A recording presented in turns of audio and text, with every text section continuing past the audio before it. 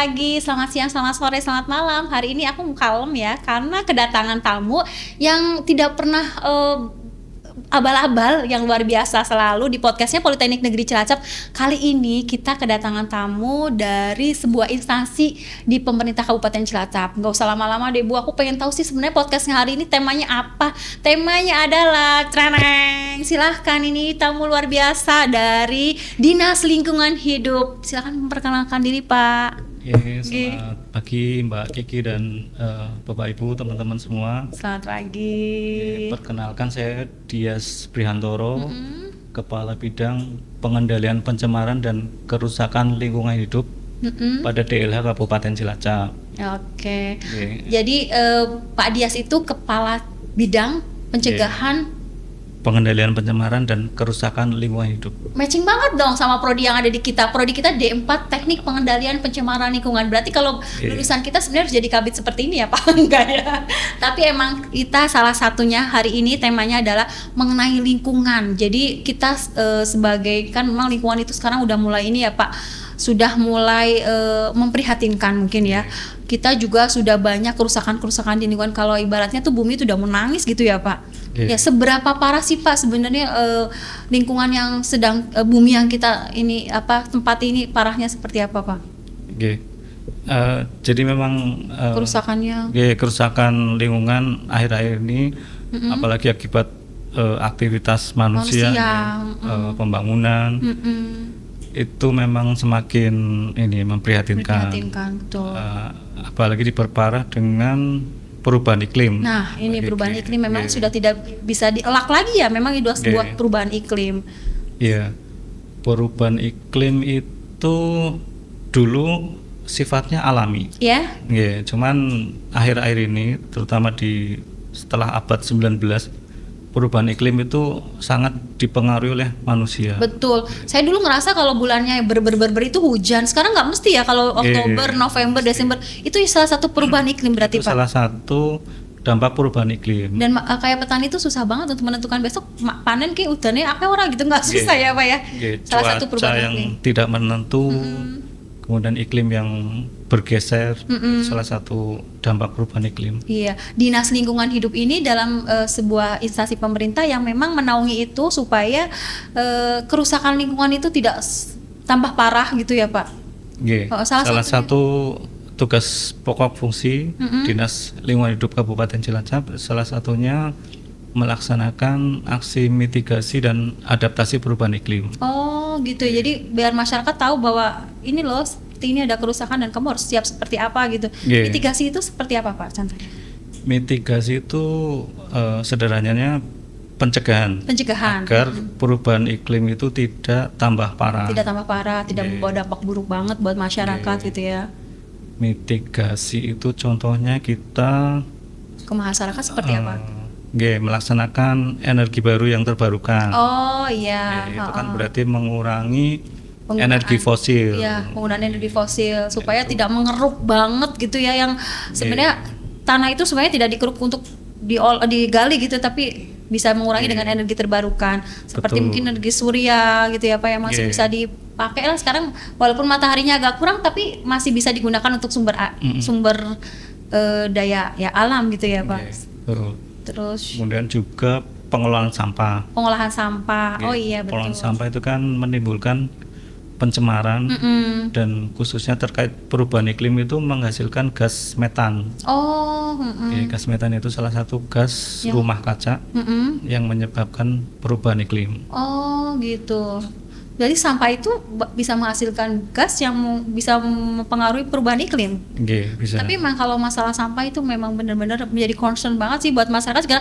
Tapi udah banyak yang aware sih, memilah sampah, kemudian membuang sampah pada tempatnya sih sudah menjadi ini ya, udah dari awal gitu ya concernnya seperti itu. Tapi kalau yang proklim ini saya baru tahu nih bahwa mitigasi itu dari awal itu ada perubahan harus seperti apa, ini baru tahu. Makanya mungkin dari Dinas Lingkungan Hidup memberikan ini ya wawasan atau informasi kepada masyarakat supaya kalian harus tahu nih bahwa ada proklim ini. Selain mitigasi tadi ada adaptasi.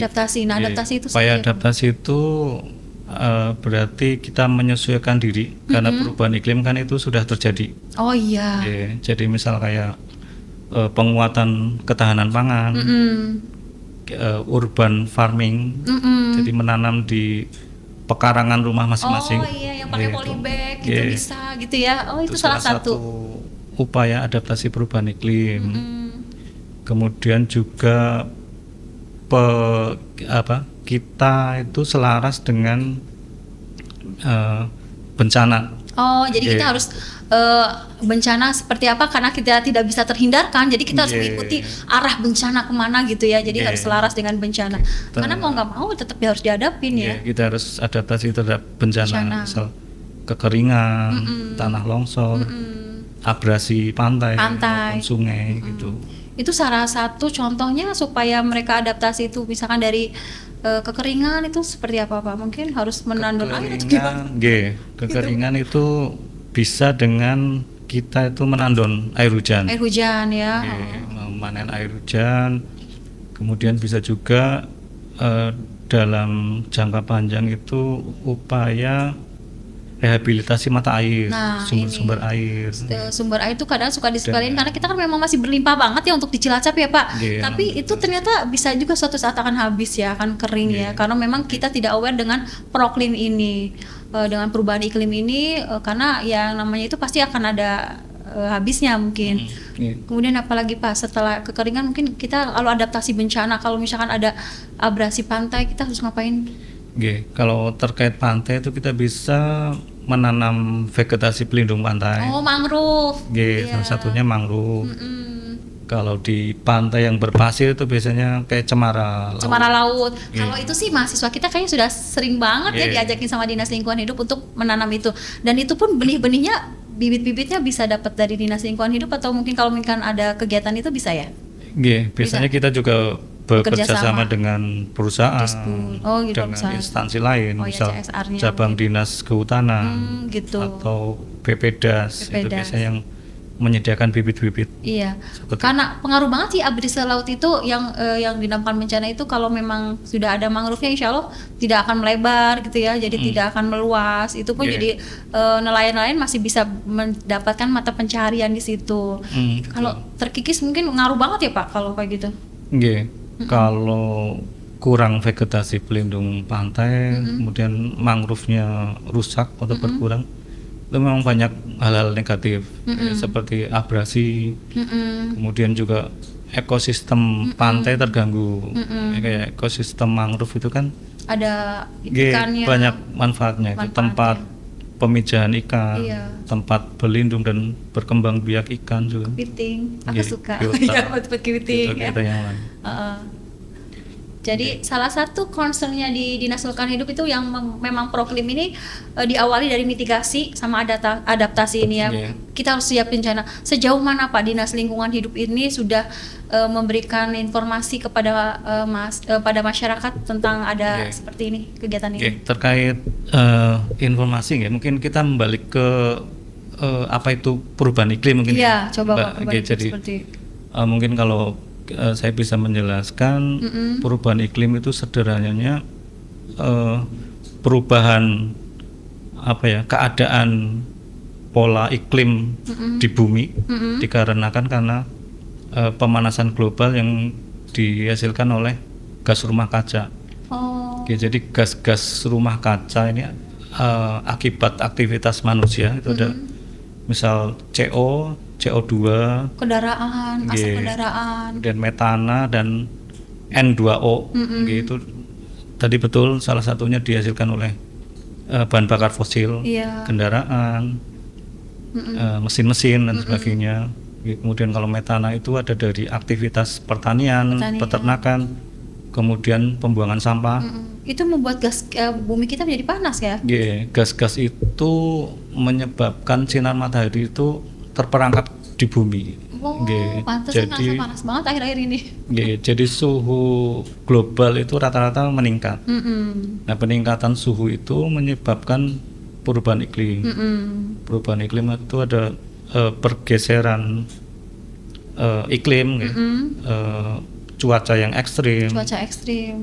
Kemudian juga keanekaragaman hayati yang terancam.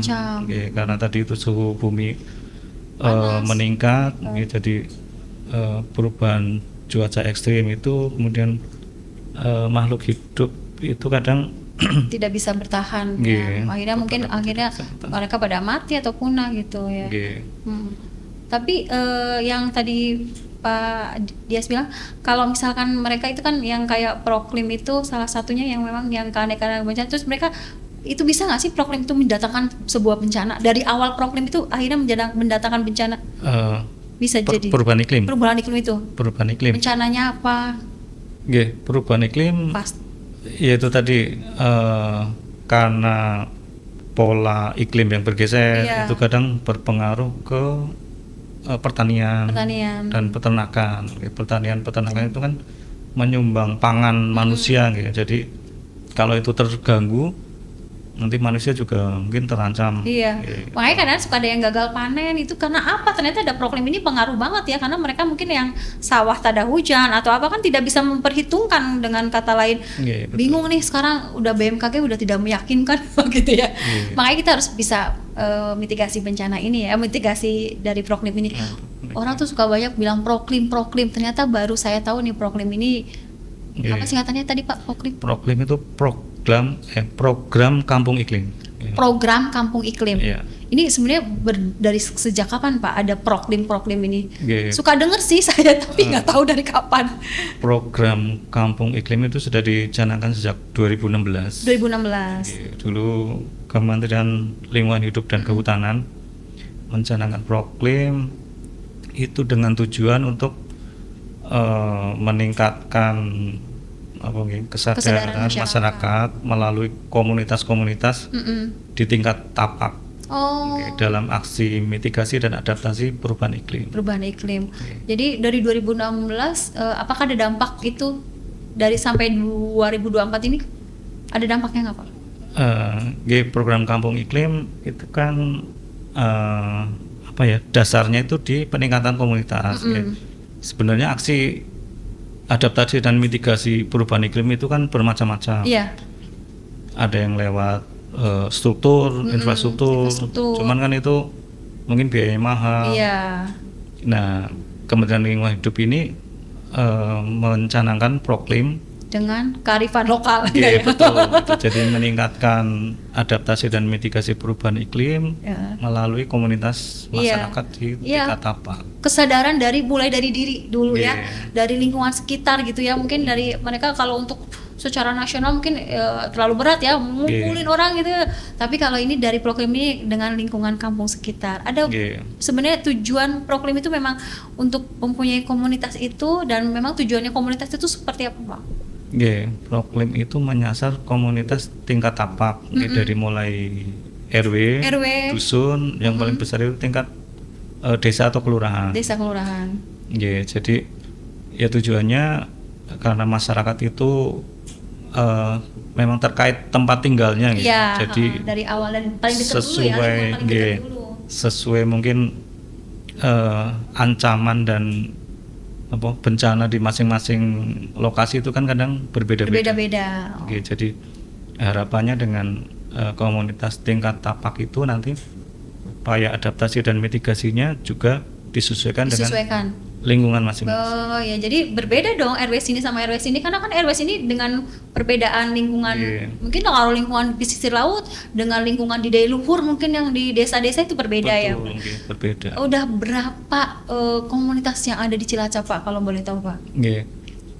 Sejak 2016 kita mengusulkan banyak kampung iklim. Cuman yang sudah mendapat sertifikat Proklim utama dan itu sudah diakui oleh Kementerian Lingkungan Hidup itu baru 9. Baru 9. Tapi kalau kegiatan mereka, maaf, pendanaannya atau apa itu dari mereka sendiri, karena mereka ada sedikit kesadaran itu, atau ada support dari Dinas Lingkungan Hidup, seperti apa supportnya? Tujuan program Kampung Iklim ini memang pemberdayaan masyarakat. Jadi tetap upaya swadaya mandiri masyarakat itu diutamakan.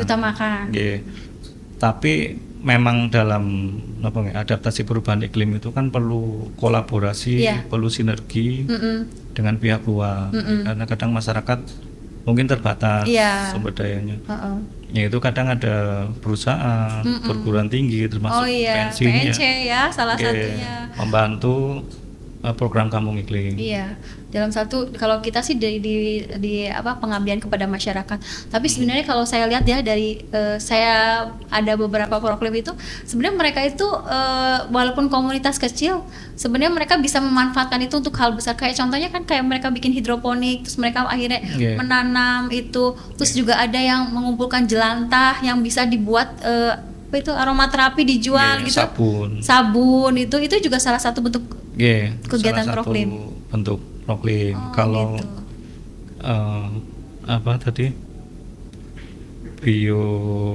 tanaman hidroponik. Hidroponik itu berarti mendukung ketahanan pangan. Iya, dalam salah satunya ya proklim itu kan memang ada hubungannya dong dengan proklim karena hidroponik itu untuk ketahanan pangan supaya mereka lebih punya ada mitigasinya itu. Betul itu. Bisa kemudian dijual, kalau betul. Kemudian kalau minyak jelantah itu kan selain mengurangi beban pencemaran ke lingkungan, itu juga nanti bisa mendukung ekonomi sirkuler, karena bisa dimanfaatkan masyarakat untuk dibuat produk lain. Iya, kayak aromaterapi. Dan bisa dijual. Iya bisa. Itu salah satu luaran atau bentuk hasil dari proklimnya ya Pak. Itu salah satu tujuan yang memang ingin dicapai dari program Kampung Iklim. Selain memilah sampah, kalau memilah sampah sih semuanya udah bisa memilah sampah dari rumah tangga ya. Tapi yang luarannya yang itu tuh yang memang bisa langsung mereka dapat, karena kan memang swadaya ya. Mungkin ada dari CSR atau dari perguruan tinggi, hanya kan pendampingan saja mungkin. Tapi lebih ke komunitas itu punya pemberdayaan apa nih? Dan Dinas Lingkungan Hidup hanya bisa mungkin bisa memberikan edukasi. Ini loh seperti ini proklimnya, mungkin seperti itu ya Pak. Sampai salah satu contoh yang proklim yang mungkin pesat banget itu di mana? Yang bagus. Yang terakhir itu kita di RW 10 atau 2 ya, Kebon Manis. Kebon Manis, berarti RW ku dong. Kemudian Kebon Manis, Jalan Perumahan Ketapang. Enggak. RW 10. RW 10. BKD kan? Tempat rumah saya. Kalau nggak salah itu suka ngumpulin jelantah Pak. Betul. Salah satunya itu. Saya soalnya ibu saya selalu minta jelantah ke rumah saya untuk ditukarkan dengan uang Pak. Iya, mereka bisa bayar. Itu mungkin nggak entah mereka diproduksi seperti apa, tapi dia sampai ke rumah-rumah bisa untuk membeli jelantah. Di situ ada tokoh masyarakat Pak Muhammad Nurul Hidayat. Iya. Itu juga pendiri Bank Sampah Mandiri. Oh iya. Itu juga yang menggerakkan masyarakat di situ menabung sampah. Minyak jelantah itu bagus banget itu bisa salah satu percontohan yang memang proklimnya berjalan ya. Sebenarnya tidak menutup kemungkinan komunitas-komunitas lain yang memang butuh mungkin dari bimbingan dari Dinas Lingkungan bisa ya ke Pak Dias menghubungi, atau mungkin Pak Dias juga mungkin bisa datang ke lingkungan yang mungkin ngerasa concern ke lingkungan. Saya kepengen karena bumi itu udah semakin memprihatinkan, saya kepengen memberikan ke masyarakat sekitar bahwa ayolah kita sama-sama jaga lingkungan gitu ya. Dinas Lingkungan Hidup bisa untuk melakukan pendampingan itu. Jadi Dinas Lingkungan Hidup ini mengeluarkan inovasi untuk optimalisasi program Kampung Iklim di Kabupaten Cilacap. Ini namanya Salam Kopi Pahit. Oh iya, Salam Kopi Pahit pernah baca. Salam Kopi Pahit, apa tuh singkatannya? Suruh minum kopi beneran? Enggak ya. Salam Kopi Pahit itu sinergitas dan kolaborasi pengembangan komunitas peduli perubahan iklim di tingkat tapak. Di tingkat? Tapak. Oh. Tadi itu tingkat RW, dusun atau kelurahan atau desa. Untuk optimalisasi program Kampung Iklim di Kabupaten Cilacap. Oh, gitu. Jadi inovasi Salam Kopi Pahit tersebut mengedepankan sinergitas dan kolaborasi berbagai stakeholder untuk mendukung komunitas-komunitas tadi di tingkat tapak terhadap adaptasi dan mitigasi perubahan iklim. Iya. Jadi implementasinya itu ada kita penguatan sinergitas dan kolaborasi dengan berbagai pihak. Kemudian yang kedua, kita membangun ruang digital.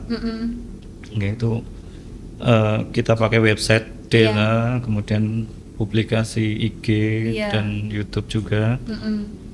Kemudian kita itu pernah berkumpul, mungkin mengumpulkan mereka nggak dari komunitas itu? Kita sosialisasi dan pendampingan terkait program Kampung Iklim.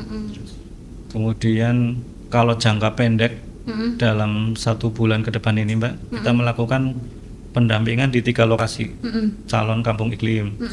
Yang pertama Desa Sindang Barang, Kecamatan Karangpucung. Sindang Barang di Karangpucung. Yang kedua itu Dusun Sawah Berak, Desa Karangkandri, Kecamatan Kesugihan. Yang PLTU itu ya. Kemudian yang ketiga Desa Adipala, Kecamatan Adipala.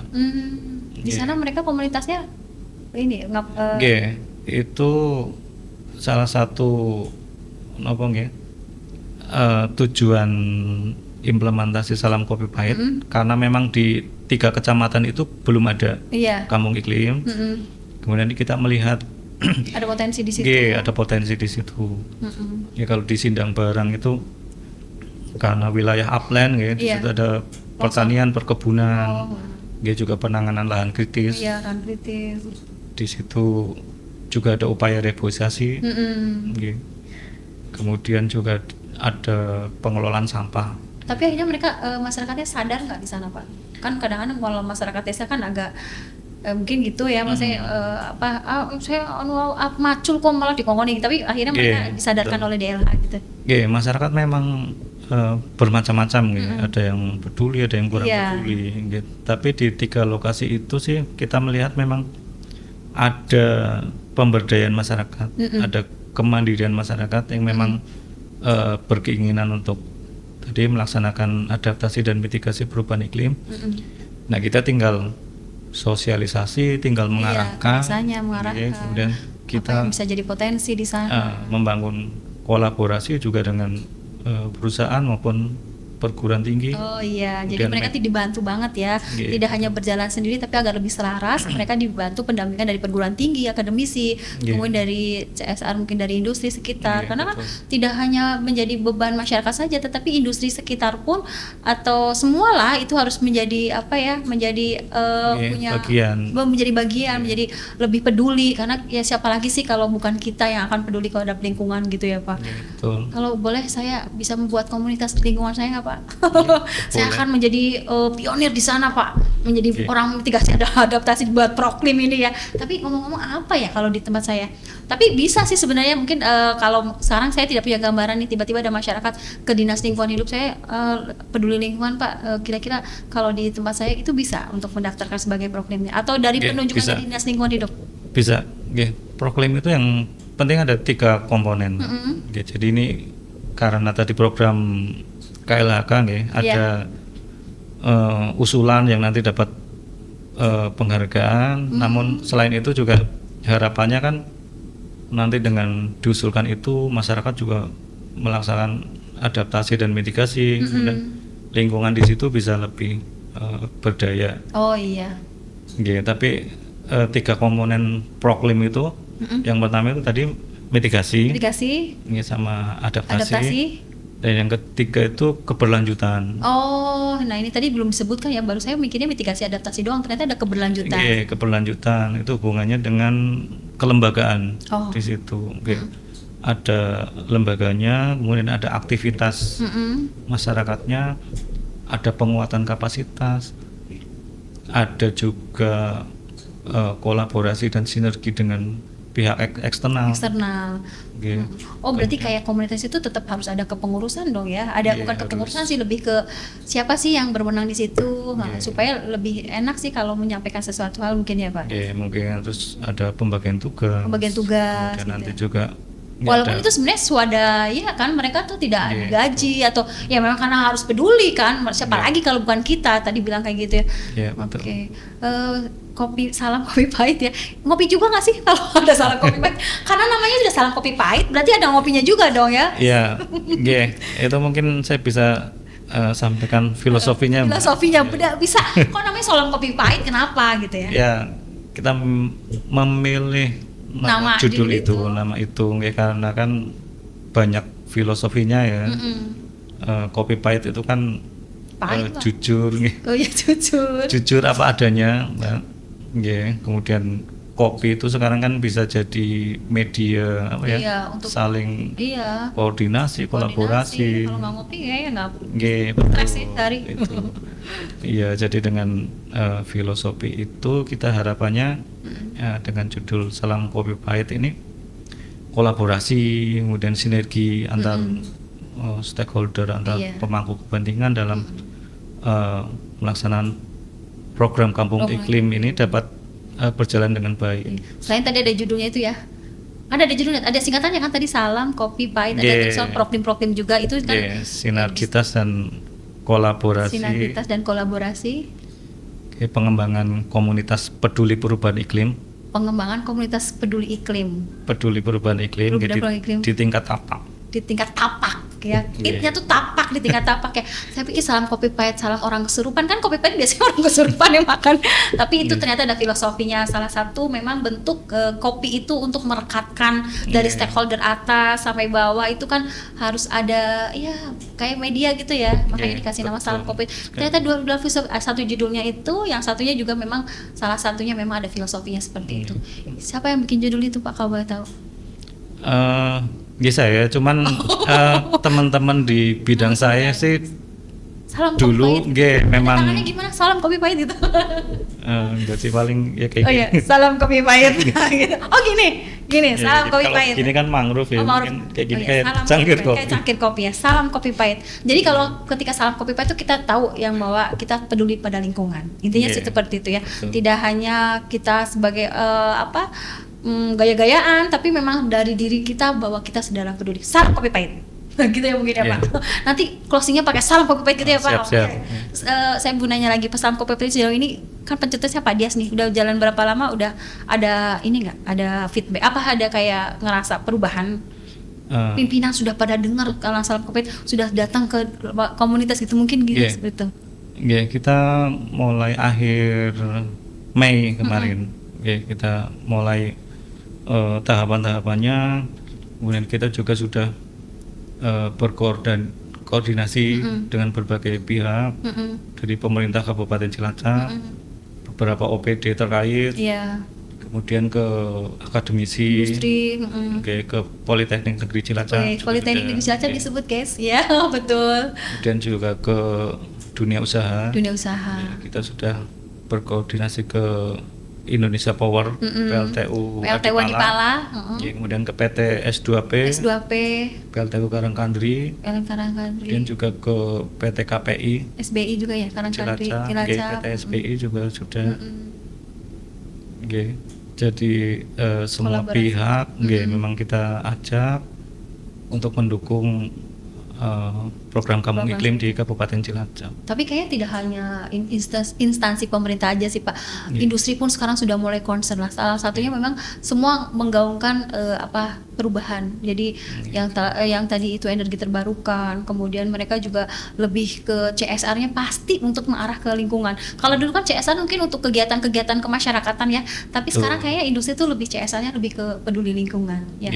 Karena mereka juga kan industri ya, mungkin mereka juga ada limbah lah yang mungkin takutnya membuat kerusakan dalam lingkungan ini. Gimana sih supaya lingkungan itu bisa dibantu oleh masyarakat, tidak lebih parah kerusakannya, mungkin seperti itu mereka juga ya.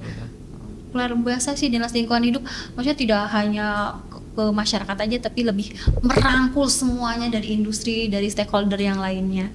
Gitu Pak. Kedepannya mungkin ada apa lagi Pak, mungkin kegiatan apa gitu yang sehubungan dengan program kan tadi bilang keberlanjutan gitu kan. Berarti betul. Ada sesuatu yang akan lagi. Jadi rencana kita jangka menengah dan jangka panjang nantinya memperbanyak ini calon-calon kampung iklim, Mbak. Oh iya. Karena itu tadi kita baru 9 dari 24 kecamatan dan 269 desa baru 9 ya. Jadi harapannya itu semakin bertambah. Setiap desa ada lah ya Pak. Iya, setiap kecamatan ada wakilnya beberapa lah. Sehingga itu dapat menularkan juga ke lokasi-lokasi lain. Jadi percontohan. Sebenarnya kalau kayak gitu sering diliput-liput Pak. Jadi orang tuh lebih kayak kan biasanya jadi trendsetter gitu ya. Mungkin yang BKD dulu menjadi percontohan. Kemudian yang tadi di Adipala yang baru ini mungkin satu di Adipala pencetan. Besok kapan mungkin Pak Dias kesini dengan orang komunitas supaya lebih ini bener bentuk nyata loh, nggak hanya sebagai dalam hitam di atas putih dinas lingkungan hidup kinerjanya seperti ini, tapi benar-benar bentuk komunitas yang sudah ada dan mereka bisa benar aku awalnya berdiri seperti ini bisa menceritakan gitu ya. Jadi benar-benar orang akhirnya kayak terinfluence lah kalau bahasa gaulnya. Aku juga ingin seperti kampung komunitas itu gitu ya. Karena kan target DLH kan tidak hanya 9 ya, mungkin setiap tahun ada target Pak untuk bikin kampung iklim. Harapannya terus bertambah. Terus bertambah ya. Mas setiap desa punya gitu ya, atau setiap RT mungkin setiap RW punya gitu ya. Kedepannya. Harapannya semakin bertambah. Semakin bertambah gitu ya. Ada lagi mungkin Pak yang bisa mau disampaikan?